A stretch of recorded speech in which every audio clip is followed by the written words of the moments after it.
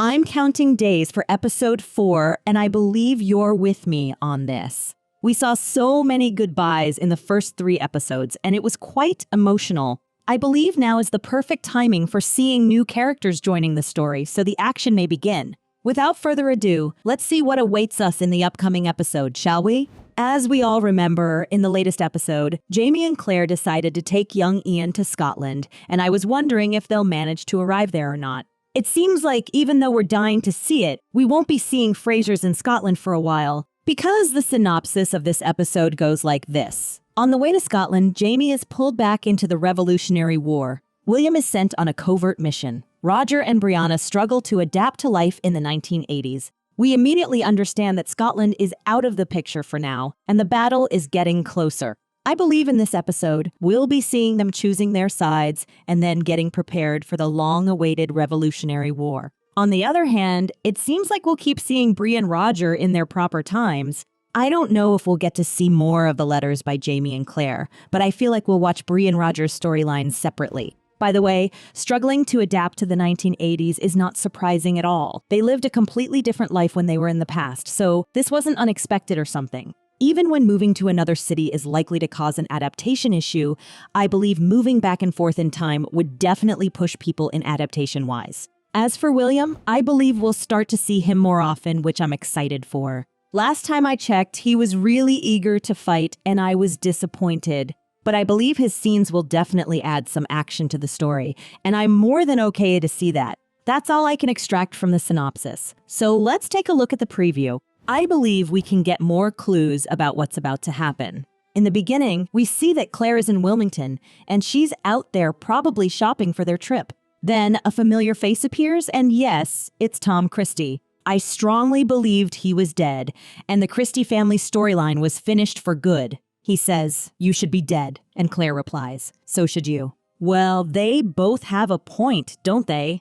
At first, I thought Tom probably heard about the fire, and he assumed Claire was dead. But on a second thought, we know he loves Claire, so in this case, wouldn't he go there and check if Claire and Jamie were alive or not? Is he talking about some other incident that we don't know yet? Who knows? Maybe he is.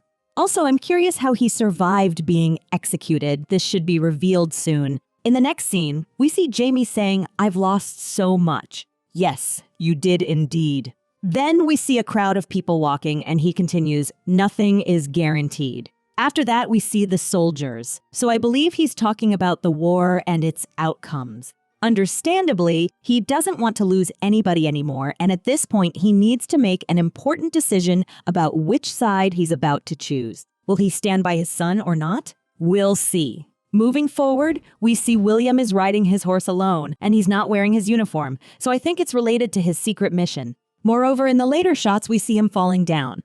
Now I want to see what that is all about. What about you? I mean, was it just an accident, or did someone hurt him somehow? I think his mission and getting hurt may be related to Jamie's inclusion to the war. What do you think? Will they share a scene after William's secret mission? Anyways, let's talk about Bree and Roger now. We see them not as happy as they were before, and Roger seems a little bit down. He says, "Your mother said, take care of our girl, and I feel as if I'm failing." So now, I don't really know what he's talking about, but I think they decided to buy Lallybroch and their financial status didn't let them. It's a huge place after all. So he probably considers this as his fault or something, as if he's the ultimate responsible person to bring money. Well, Roger, I think you've spent more than enough time in the past because it's the 80s now, and you can both go get a job and provide for each other. Also, you can always be treasure hunters now that Jamie told you about the lost Jacobite gold. No need to get emotional and vulnerable about that, right? Last but not least, we see Jamie and Cornelius Harnett having a small but important chat. He says, "You saved my life so I could fight another day. Today is that day, Mr. Fraser."